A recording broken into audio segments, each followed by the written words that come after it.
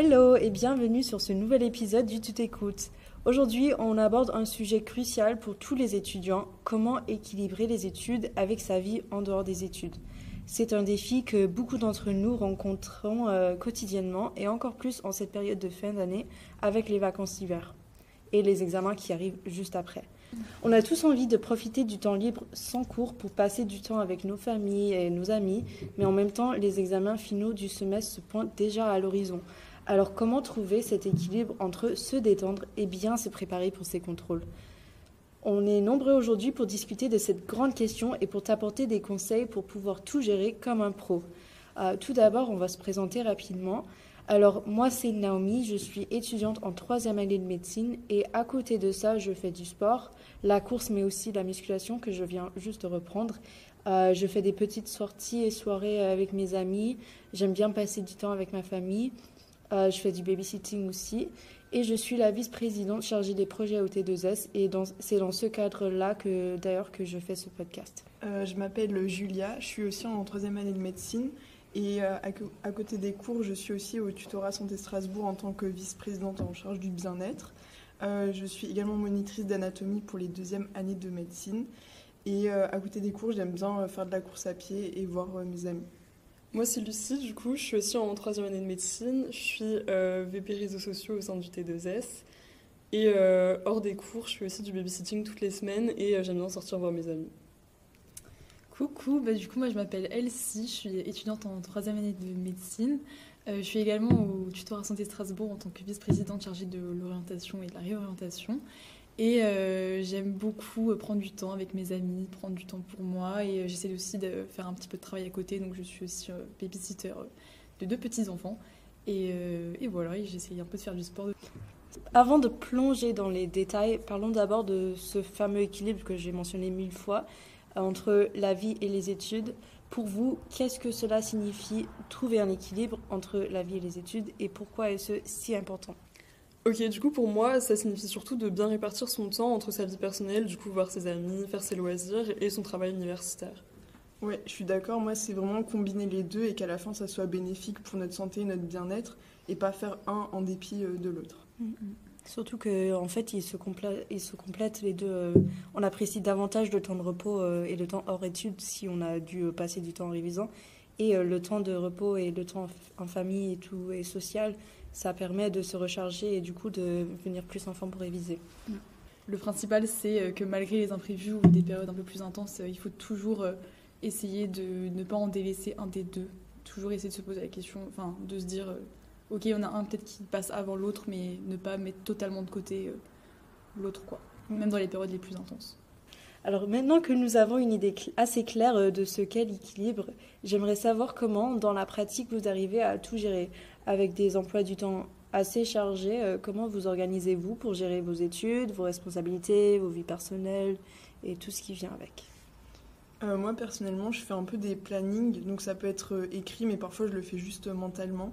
Et j'essaie de placer d'abord les choses qui sont obligatoires, donc notamment les cours ou les obligations comme les séances de monitorat. Et ensuite, je mets un petit peu des loisirs, donc que ce soit le sport ou voir mes amis. Et ce que je remarque, c'est que c'est pas toutes les semaines pareil. Des fois, selon mes envies ou le temps que j'ai, je vais pas faire autant de chaque partie de ce que je fais d'habitude. Et je pense que c'est important de savoir s'écouter et de pas couper une partie pour l'autre. Par exemple, de pas du tout faire de sport pendant les révisions, mais essayer de toujours trouver un petit équilibre. Même si c'est pas toujours facile, mais on y arrive quand même. Oui, je trouve surtout avant les révisions, peut-être mon temps de sport il est diminué, mais il n'est pas non plus nul. Donc toujours trouver cet équilibre. Moi j'aime bien fonctionner en niveau bloc. Je bloque mon temps, je dis ce temps-là, je révise, ce temps-là, je fais en social. Genre je me bloque toujours les 2 heures de repas le midi. Je passe du temps avec ma famille et je me prépare pour partir en cours après. Donc voilà, il faut juste se dire que vraiment... tu trouves cet équilibre et tu priorises dans les temps différents. Du coup, si à un moment, si c'est avant les examens, je vais mettre plus de blocs de révision. Mais au final, je trouve l'équilibre et je me sens toujours bien avec ça. Mais surtout ne pas se retrouver avec que des blocs de révision, par exemple. Enfin, vraiment, ça peut être des périodes avec avec des gros examens à la fin, mais pour autant, dans ce programme, de se fixer... si vous savez que vous avez besoin, je sais pas, de 2 soirs par semaine, vous savez que vous avez besoin de sortir ou de faire autre chose, il faut s'accorder ces 2 soirs par semaine malgré qu'il y a une échéance ou quoi que ce soit.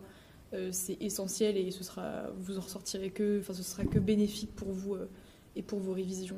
C'est une manière de s'organiser en fait, de prioriser soit les révisions ou d'un cours sur un autre ou de dire oui, cette semaine-là, je veux prioriser mes temps sociaux. Ça revient un peu à ça, c'est une bonne manière de s'organiser pour voir selon comment tu te sens. Moi, par exemple, pour savoir du coup ce que je dois prioriser chaque jour, je fais des to-do list et du coup, ça me permet vraiment de savoir quoi faire chaque jour et quand j'ai fini de faire tout ce que j'ai sur ma to-do list, je sais que je peux faire tout le reste, tous mes loisirs et généralement, j'essaye de faire des choses assez réalisables en une journée pour que ça marche bien. Et du coup, je pense que c'est bien clair que là, d'après ce qu'on a dit, l'organisation est assez essentielle, mais on sait tous que les imprévus arrivent. Alors, comment gérez-vous les changements de dernière minute ou les situations imprévues sans trop bouleverser votre organisation de base que vous avez? Moi, perso, du coup, par rapport aux imprévus, en fait, je me mets pas forcément la pression sur tout ce que je dois faire en une journée. Et je me dis que si j'arrive pas à tout faire en une journée, c'est pas grave, je pourrais toujours le remettre à un autre moment. Et c'est jamais définitif, enfin, on peut toujours s'organiser autrement et il faut vraiment pas se mettre la pression, je pense, sur ce genre de situation-là. Oui, enfin, je suis d'accord, je pense qu'il faut pas culpabiliser quand un imprévu arrive et il faut un peu revoir ce qu'on avait prévu de base, voir ce qui est le plus important, le plus urgent à faire sur le moment et on le met en priorité et après le reste passe après et c'est pas très très grave de décaler un peu son planning. Il faut que son planning soit toujours un peu modulable parce que sinon on a un stress permanent et c'est pas bon.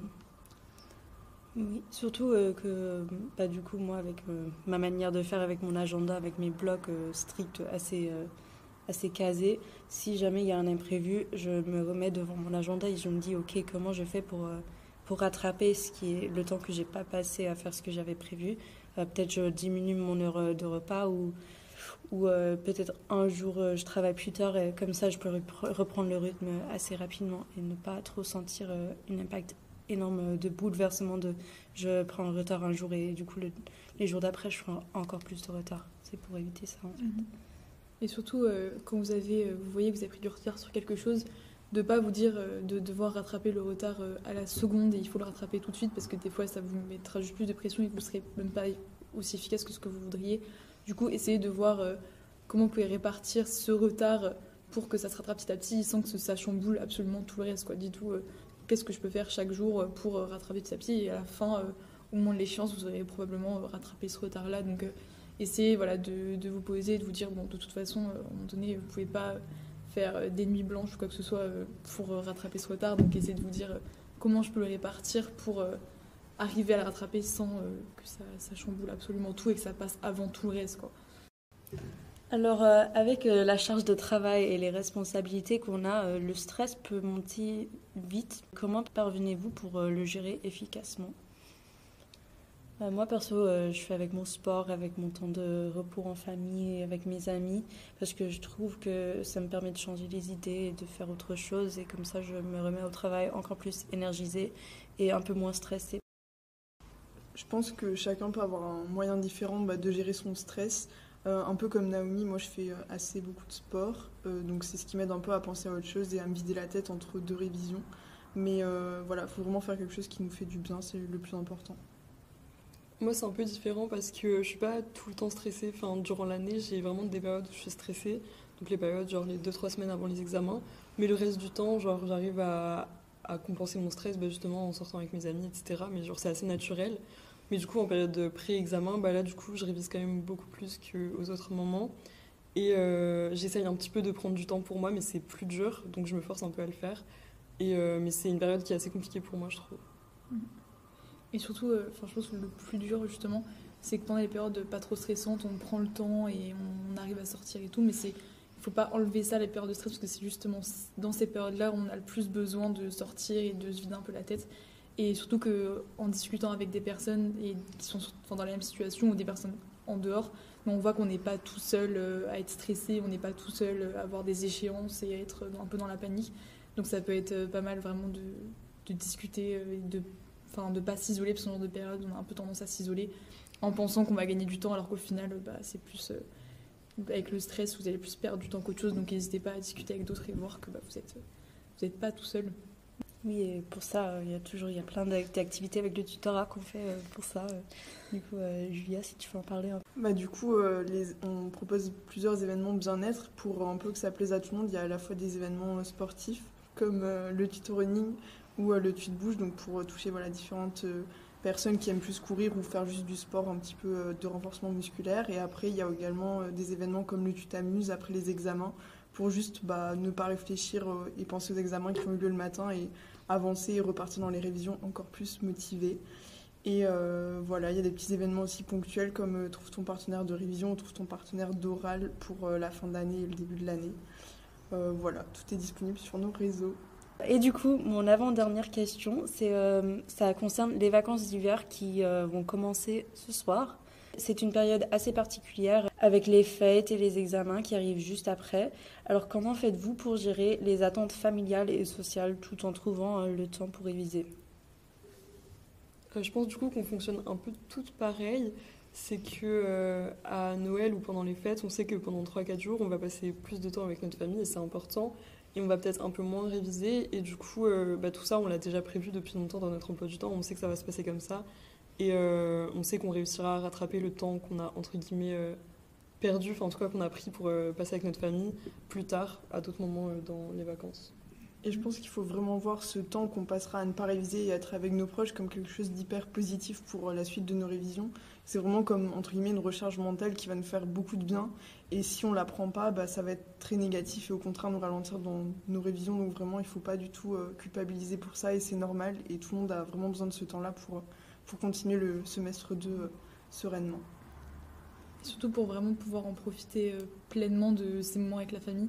Essayer peut-être, en tout cas moi c'est ce que j'ai fait, je crois qu'on a un peu toutes fait la même chose, c'était vraiment de se faire un programme sur toutes les vacances où dedans vous incluez les jours où vous savez que vous n'allez pas pouvoir travailler et comme ça les moments où vous serez avec votre famille, vos amis, vous saurez que malgré que là vous travaillez pas, vous arriverez le jour de l'examen et vous aurez tout travaillé quoi. Juste ça vous enlève aussi cette charge mentale de se dire ah punaise j'ai encore tout ça à bosser mais je sais pas si j'arriverai à finir à temps. Donc faites-vous un programme vraiment jusqu'aux examens et pour vous dire ces jours-là, même si je me les accorde, j'aurai fini tout ce que tout ce que j'avais envie de travailler jusqu'à l'examen. Et ça vous enlèvera un vrai poids et vous pourrez vraiment profiter pleinement. Donc, C'est exactement ce que j'ai fait en fait. J'ai tout planifié d'avance. J'ai dit ces jours-là, pas de travail. Parce qu'en plus, j'ai dans ma famille on fête Noël. Et il y a ma mère qui a son anniversaire juste après Noël. Et après, il y a le Nouvel An. Donc ça change, les événements sociaux ils s'enchaînent et du coup il fallait vraiment que je me priorise des temps de révision et j'ai aussi parlé directement avec ma famille, j'ai dit ces moments-là je pourrais pas passer avec vous, je vais travailler et ils comprennent, de mon côté ils comprennent, j'espère que chez tout le monde les parents ils comprennent ça. Et pour finir, si vous deviez donner un conseil ou partager une leçon sur l'équilibre entre la vie et les études, que diriez-vous ? Pour moi, du coup, le conseil le plus important, c'est vraiment tout ce qu'on a dit en fait, pendant le podcast, c'est s'organiser un maximum et vraiment pas se mettre la pression, genre no stress si vous avez du retard, tout le monde en a un moment ou un autre. C'est vraiment normal et ça se rattrape, genre rien n'est définitif. De mon côté, c'est à peu préparé, c'est vraiment juste de rester flexible en fait, de se dire que ça peut arriver d'avoir des imprévus ou de changer à dernière minute son planning, mais si il y a déjà un planning de base, ça aide beaucoup à rester flexible au final. C'est assez contradictoire, mais pour moi, je trouve que c'est comme ça. Mais surtout que vous vous rendrez compte aussi à la fin de l'année que ces moments-là où vous avez l'impression que vous avez perdu plein de temps, vous vous dites oh là là, si je passe 2 heures à fêter avec ma famille, je vais avoir plein de retard et tout. Et ça, c'est le genre de moment, au final, à la fin de l'année, vous vous rendez compte que ça n'a pas eu tellement d'impact. C'est pas ça qui va tout déterminer.